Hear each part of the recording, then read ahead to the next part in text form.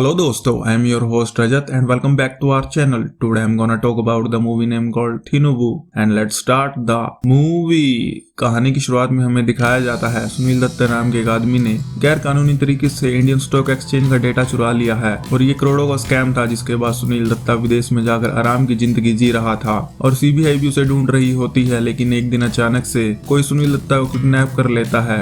दूसरी तरफ एसीपी रामचंद्रन राधा और उसकी गैंग के साथ मिलकर चेन्नई की यूवर्स बैंक से 500 करोड़ रुपए लूटने का प्लान बना रहा था, क्योंकि यहाँ रामचंद्रन को पता था कि अगले दिन सीएम का इवेंट होने वाला है जिसमें सीएम के साथ सभी पुलिस वाले और बाकी गवर्नमेंट अधिकारी बिजी रहेंगे और तभी वो बैंक में जाकर चोरी करेंगे। और उन्हें इन्फॉर्मेशन मिली थी कि बैंक के अंदर इलीगल तरीके से 1000 करोड़ रुपए रखे हुए हैं, लेकिन उन्हें अपने सोर्स से पता चलता है बैंक में 1000 नहीं 1500 करोड़ रुपए रखे हुए हैं। अगर वो लोग 500 करोड़ रुपए चुरा ले तो बैंक उनके खिलाफ कोई कंप्लेंट नहीं करेगा। इसके बाद राधा अपनी गैंग के साथ बैंक में जाकर फायरिंग शुरू कर देता है और बैंक में आए लोगों को बंधक बना लेता है। लेकिन तभी उन्हें वहां माइकल जैक्सन नाम का एक आदमी आराम से बैठा हुआ मिलता है, जो कि राधा की गैंग को पीट कर उन्हें ही बंधक बना लेता है। माइकल राधा और उसकी टीम को बताता है वो भी यहाँ बैंक में चोरी करने के लिए आया है। जब इस रॉबरी के बारे में सिटी कमिश्नर दयालन को पता चलता है तो दयालन इस केस को पर्सनली हैंडल करते हैं। वहीं माइकल बैंक के अंदर राधा और उसकी गैंग को अपने साथ मिला लेता है और उन्हें चोरी के पैसों में शेयर देने की बात करता है, इसलिए वो माइकल के कहने पर पैसों को बैग्स में भरने लगते हैं। इसी बीच हमें एक लड़की कनमनी को दिखाया जाता है जो कि बैंक के बाहर एक वैन में बैठकर इस चोरी पर नजर रखे हुए थी और वो माइकल को बाहर की हर एक इन्फॉर्मेशन दे रही थी, यानी कनमनी माइकल की टीम में ही थी। बैंक के बाहर पुलिस और मीडिया के बहुत सारे लोग भी इकट्ठे हो गए थे और न्यूज चैनल वाले हर न्यूज को अपने चैनल पर दिखाए जा रहे थे। उधर यूवर बैंक के चेयरमैन क्रिश इस रॉबरी के बारे में जानकर काफी परेशान थे।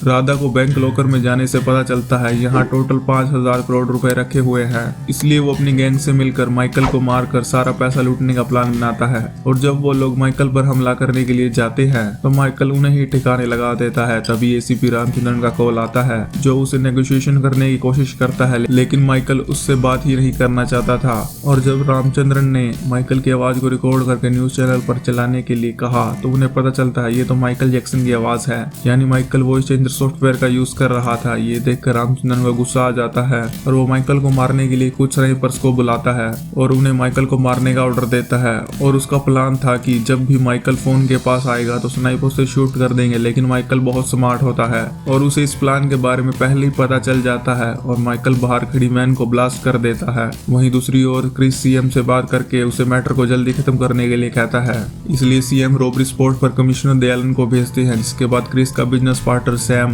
जो दयालन से कहता है माइकल को जल्द से जल्द अरेस्ट कर लो। उधर माइकल अपने लोगों से बैंक में कुछ ढूंढने के लिए कहता है, अब ये क्या होगा, इसके लिए आपको पूरी कहानी देखनी पड़ेगी। फिर माइकल दयालन से नेगोशिएशन में एक सबमरीन को अरेंज करने की डिमांड करता है ताकि वो पैसों को यहाँ से सही सलामत ले जा सके। कुछ देर बाद दयालन को पता चलता है वो जो भी बात कर रहे हैं वो पहले ही माइकल को पता चल जाती है, इसलिए दयालन बैंक के आसपास वाले सीसीटीवी कैमरास को निकलवा देता है, क्योंकि सीसीटीवी से ही कनमनी उन पर नजर रखे हुए थी। उधर माइकल को बैंक में लगे फायर एक्सटिंग्विशर के अंदर बॉम्ब मिल जाता है जो कि बहुत ज्यादा एक्सप्लोसिव बॉम्ब था, जिसके फटने से सारा बैंक कुछ ही मिनटों में खाक हो सकता था। दूसरी ओर दयालन को सीसीटीवी फुटेज में माइकल मास्क लगाकर बैंक में एंटर करते हुए दिखाई देता है। साथ ही उन्हें पता चलता है कोई बाहर से माइकल की हेल्प कर रहा है, इसलिए दयालन उसे ढूंढने के ऑर्डर देता है। पर उससे पहले ही कनमनी अपनी वैन को ब्लास्ट करके वहां से निकल जाती है। वहीं रामचंद्रन को एक आदमी बताता है कि एक औरत वैन को ब्लास्ट करके अभी अभी यहाँ से कार में गई है और उस आदमी से रामचंद्रन को उस गाड़ी का नंबर पता चल जाता है, इसलिए रामचंद्रन अपनी टीम को कनमनी के पीछे भेज देता है और वो लोग कनमनी का पीछा करते हुए एक पार्किंग में पहुंच जाते हैं जहां कनमनी उन्हें मार देती है और उन सबूतों को वहां छोड़कर चली जाती है जिसमें रामचंद्रन ने राधा के साथ मिलकर बैंक लूटने का प्लान बनाया था। इसलिए पुलिस की टीम रामचंद्रन को पकड़कर दयालन के सामने लाती है। तब रामचंद्रन उसे बताता है ये पूरा प्लान क्रिस के बिजनेस पार्टनर सैम का था। दरअसल रामचंद्रन ने सैम को उसे इस रॉबरी में सिर्फ 100 करोड़ रुपए देने के लिए कहा था और इसलिए रामचंद्रन को इस चोरी के लिए डार्क डेविल गैंग के बारे में पता चला, जिसने पहले काफी बड़ी बड़ी रॉबरीज की हुई है और उन्हें इंटरपोल भी ढूंढ रही होती है, लेकिन आज तक कोई भी डार्क डेविल को पकड़ नहीं पाया और उसकी हर एक चोरी सक्सेसफुल होती थी। हाल ही में उसने बैंकॉक में एक चोरी की थी, तभी से डार्क डेविल मिसिंग था। पर एक आदमी ने रामचंद्रन को डार्क डेविल से मिलवा दिया और ये डार्क डेविल वही माइकल होता है जो इस वक्त यूर बैंक के अंदर था। लेकिन डार्क डेविल ने इस चोरी को करने से इनकार कर दिया और इसलिए उसने राधा से कांटेक्ट किया और रामचंद्रन का प्लान था कि वो चोरी के बाद राधा और उसकी गैंग को मरवा देगा।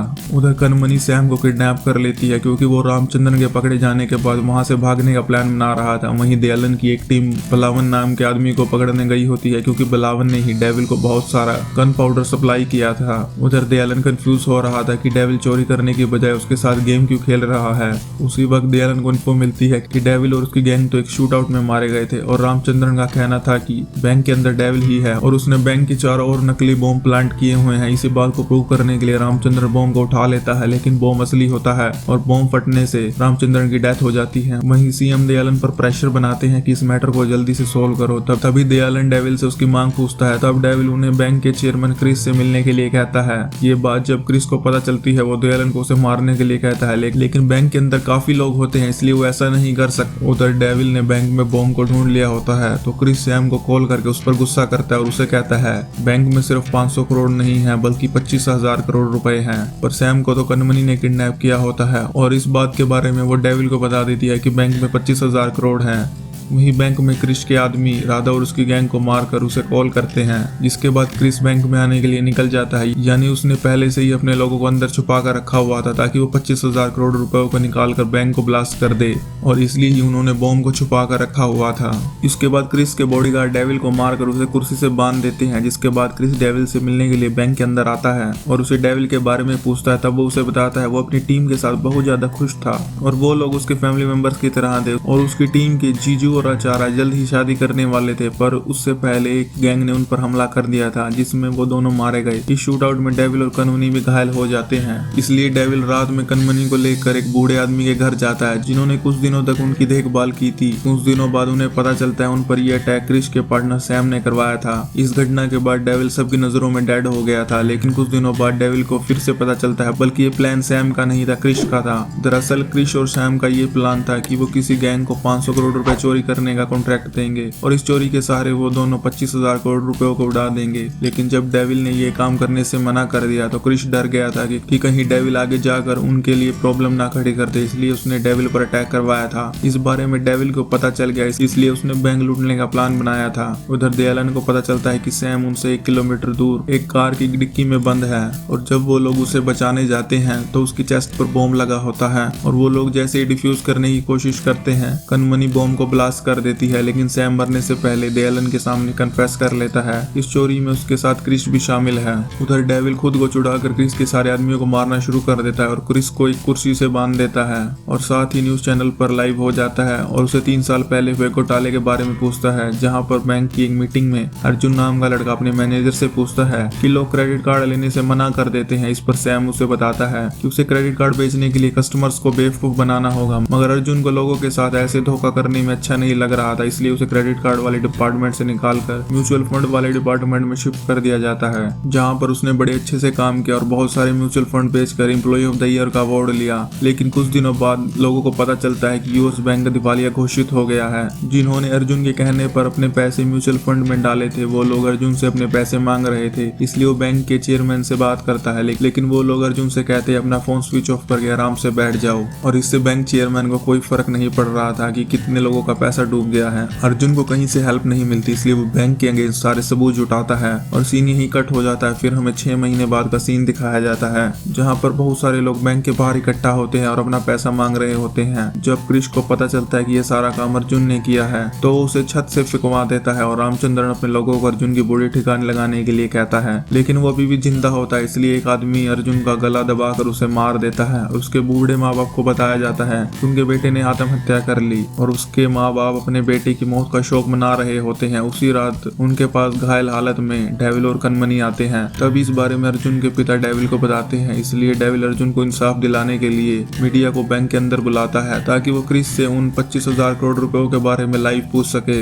तभी क्रिस का मैनेजर सीएम को कॉल करता है और उनसे हेल्प मांगता है। सीएम के ऑर्डर से कमांडो की एक टीम वहां पहुंचती है। उधर डेविल लाइव होकर क्रिस से सवाल पूछता है, लेकिन वो उसे कहता है मुझे उस पैसे के बारे में कुछ नहीं पता, मैंने तो सारे पैसे म्यूचुअल फंड में डाल दिए थे। इसलिए डेविल म्यूचुअल फंड के मालिक हर्षा को बैंक के अंदर बुलाता है और उससे 25,000 करोड़ रुपयों के बारे में पूछता है। शुरुआत में तो वो कुछ नहीं बताता, मगर जब उस पर पुलिस का डंडा पड़ता है तो बोलना शुरू करता है कि उसने तो सारे पैसे सुनील दत्ता की कंपनी में लगा दिए थे। डेविल सुनील दत्ता को बैंक में लाने के लिए कहता है, जिसे कनमनी ने पहले ही कार की डिक्की में बंद करके रखा हुआ था। बैंक आने के बाद सुनील दत्ता डेविल को बताता है कृष्ण ने 25,000 करोड़ रुपए एक सिगरेट लॉकर में रखे हुए हैं। उधर दयालन जब सीसीटीवी फुटेज चेक करता है तो उन्हें पता चलता है क्रिश 18 बार बैंक में आया था और हर बार उसके साथ एक बड़ा कंटेनर था, यानी क्रिश पैसों को पहले ही कंटेनर में डालकर ले जा चुका था। उधर बैंक में क्रिश कहता है डेविल एक टेररिस्ट है और मारपीट कर वो उनसे ये सब बुलवा रहा है। जब तक डेविल इस बारे में कुछ कह पाता तभी लाइव फीड को रोक दिया जाता है। सीएम के कहने पर कमांडो बैंक के अंदर पहुंच जाते हैं। जब ये बात दयालन को पता चलती है तब तक बहुत देर हो जाती है और सीएम के कहने पर दयालन को भी सस्पेंड कर दिया जाता है। उधर जब बैंक में लॉकर को खोला जाता है तो उसके अंदर नकली नोट पड़े होते हैं। तब डेविल सुनील दत्ता और हर्षा को बताता है क्रिस पहले ही यहाँ से पैसों को कंटेनर में भर के ले जा चुका है। अब कंटेनर के बारे में पता लगाने के लिए डेविल हर्षा, सुनील दत्ता और क्रिस को लॉकर के अंदर बॉम्ब के साथ बंद कर देता है और क्रिस से पता कर लेता है उसने पैसों को एक शिप में 25 कंटेनर के अंदर छुपा कर रखा हुआ है। इसके बाद कमांडो बैंक पर फायरिंग करना शुरू कर देते हैं। तभी कनमनी RDXL ट्रक को बैंक के सामने रोकती है, जिसके बाद कमांडो फायरिंग रोक देते हैं और डार्क डेविल मास्क लगाकर कनमनी के साथ वहां से निकल जाता है। हालांकि कमांडोस और कोस्ट गार्ड्स का पीछा भी करते हैं पर वो दोनों से बचकर कंटेनर के पास जाने लगता है, जहां काफी देर शूट आउट होने के बाद डेविल और कनमनी घायल हो जाते हैं और कमांडोस को लगता है कि वो दोनों मर चुके हैं। लेकिन वो दोनों वहां से निकलकर इंटरनेशनल बाउंड्री में एंटर कर जाते हैं और 25,000 करोड़ रुपयों को उन लोगों के अकाउंट में ट्रांसफर कर देते हैं जिनके वो पैसे थे। और दोस्तों, आप लोगों को मूवी पसंद आई हो तो चैनल की सपोर्ट और मेरे मोटिवेशन के लिए सब्सक्राइब जरूर करना and don't forget to like the video.